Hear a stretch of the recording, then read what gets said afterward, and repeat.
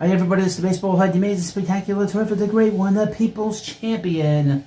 Your host, the Hunter. Welcome back to the prospect version of the Baseball Hut, and hopefully you like this video and hit that subscribe. So I was able to watch, and it's still on right now, the Syracuse Mets versus the Worcester Woo Sox on SNY. And my big takeaway is we saw a lot of the prospects that they picked up in trades. Emilian Petrie, they picked up from the Rays for Freddie Peralta.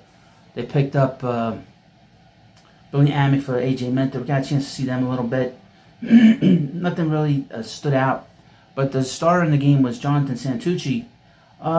There's some command issues since he's been to AAA.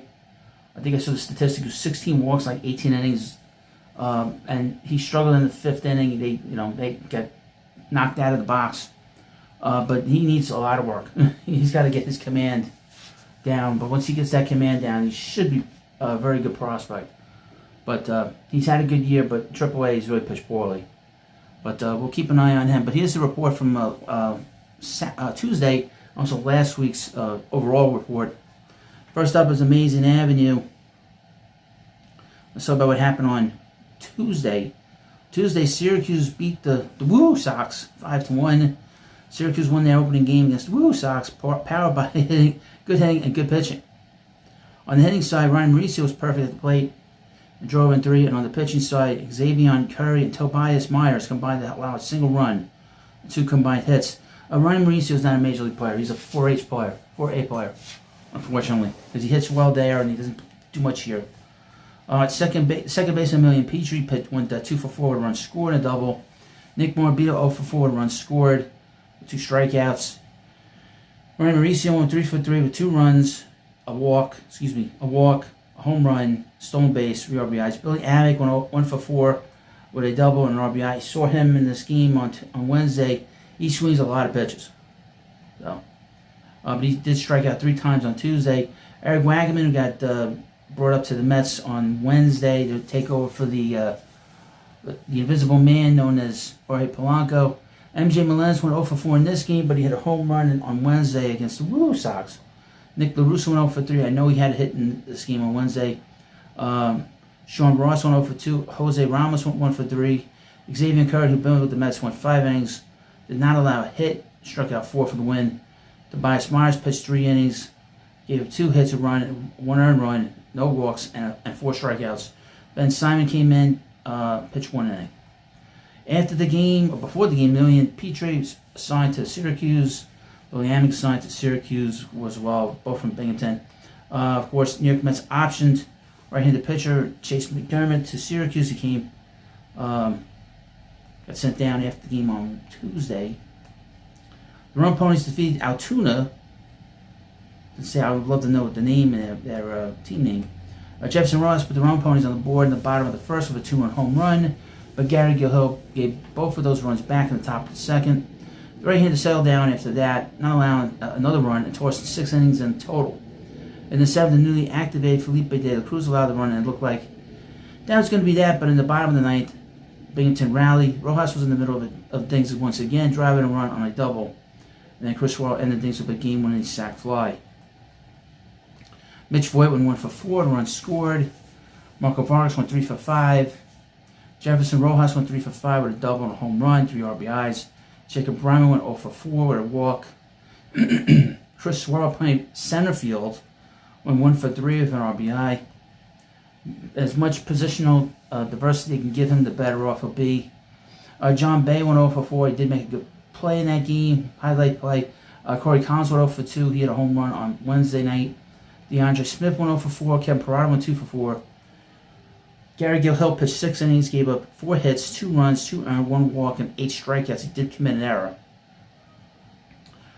Let's go to Brooklyn. Cyclones defeat Asheville 9-1. The top of the Brooklyn order struggled with Sammy Stafora going 0 for 6. And Elian Pena going 0 for 4. But the bottom half of the lineup had their back going a collective 8 for 22. 7 runs driven in. Cyclones offense really broke this one open in the later innings, scoring 4 runs in the 7th, 2 in the 8th, and 1 more for good measure in the 9th. And these got a lot of prospects. Sammy Stafora went 0 for 6, 3 strikeouts. Alan Pena went 0 for 4. Aiden Smith, who came in the Freddie Peralta deal, went 2 for 3 with 3 runs scored, 3 walks, 4 stolen bases. Ronald Hernandez, still in the organization, 0 for 3. Trey Schneider went 2 for 4. Jonathan Enriquez went 1 for 4. John the Amazing Spikerman went 2 for 5 with 2 home runs, 4 RBIs. Davison Gutierrez also hit a home run, went 1 for 4. Antonio Jimenez went 2 for 5 with a double. We saw this team the other day, last week on SNY. Nicholas Carino, got to keep an eye on him. Pitched 5 2/3 innings, gave 5 hits, 1 run, 1 walk, 7 strikeouts for the win. Gregory Lewis, I'll say right. 1 inning, 1 hit, 2 strikeouts. Elian Payne was assigned to Brooklyn from the St. Lucie Mets. Right-handed pitcher Luke Gavrish was assigned to Binghamton from Brooklyn. Jamari Baylor also went to Binghamton. John Smith III was assigned to the Brooklyn Cyclones from St. Lucie. They're rushing these guys. John Smith III was drafted this year. Again, a little behind on the draft reports, but we'll catch up. Lakeland crushed the St. Lucie Mets 10-1. We'll skip some of this. We'll get to the box score. Vladdy Gomez went 0 for 4. Aiden Robbins, number 3 pick this year, number 4 pick. Number 3 pick went 0 for 2. Eli Serrano III went 0 for 3. Ryan Taman, another player that was drafted this year, went 1 for 2. He's a catcher. Julio Zayas went 0 for 3. Jeremy Rodriguez went 2 for 3. Jack Toomey went 1 for 3. On the mound, Justin Hageman, can't believe he's back on rehab, went 2 1/3 innings, gave 3 hits, 1 run, 1 earned, 1 walk. Let's skip to, let's see here. The rookie, there's no more rookie ball. No more rookie ball. But a couple guys did go up. Carter Deerdorf was assigned to the Florida Complex League Mets from Brooklyn. Shortstop Cooper Schultz was assigned to the Florida Complex League Mets from the St. Lucie Mets. Now here's the weekly report from what happened in the Mets minor leagues. Here's AAA. Syracuse Mets defeated the Jacksonville Jupiter Shrimp. I say it's right. The Jackson Jumbo Shrimp in 4 of 6 games. The Mets are now 21-23 in the second half of the season, 59-60 overall. MJ Melendez continued his strong season with Syracuse, going 5 for 18. They triple and 3 home runs. Chris Morelli went up to the Mets. They're going to skip that. Nick Morbillo had a good all-around week, going 6 for 20 with 2 home runs, 3 walks, and 5 stolen bases. Morbillo also drove in 4 runs and owns a 752 OPS. Jonathan looked strong in 2 starts combined to throw 8 2/3 innings. He allowed just 2 runs and struck out 12. Tom's ERA is now down to 5.15 in the season. He's not pitched well.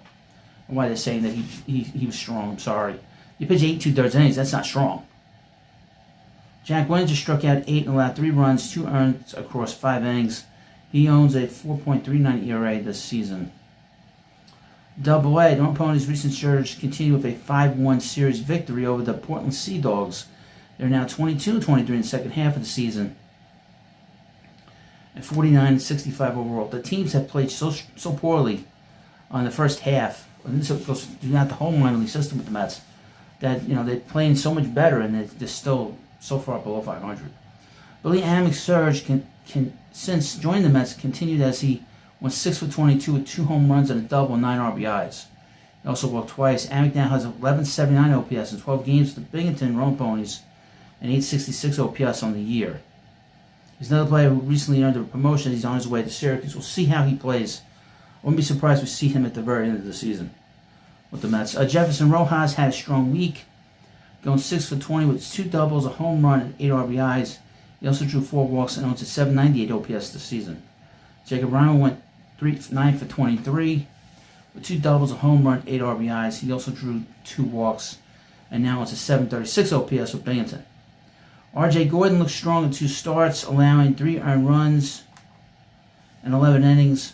Gabe Davis, who came over in the Warska Brazabon trade, had a solid start of 3 1/3 innings. He allowed an unearned run on a hit and 3 walks while striking out 4.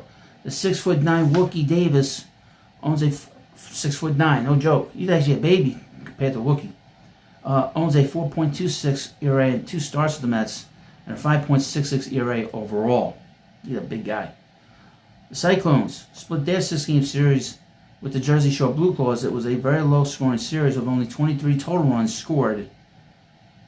Brooklyn outscored Jersey Shore 15-8. The Cyclones are now 24-23 in the second half of the season, 49-63 overall.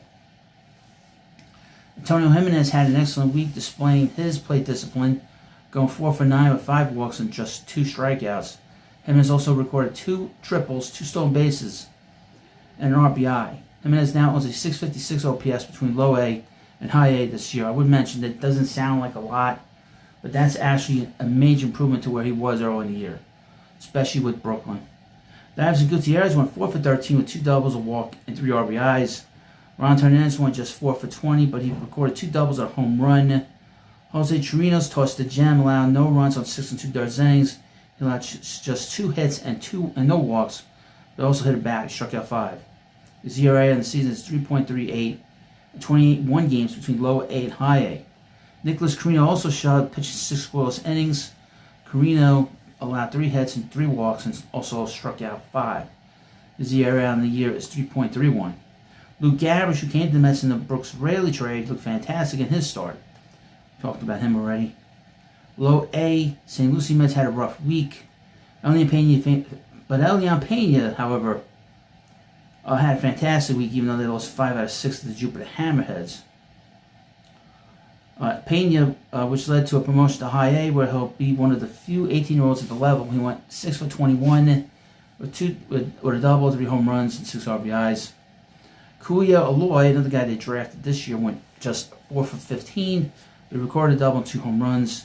Another guy they drafted this year, Aiden Robbins, went 5 for 15, recording his first home run of his professional career, and driving in 4 runs.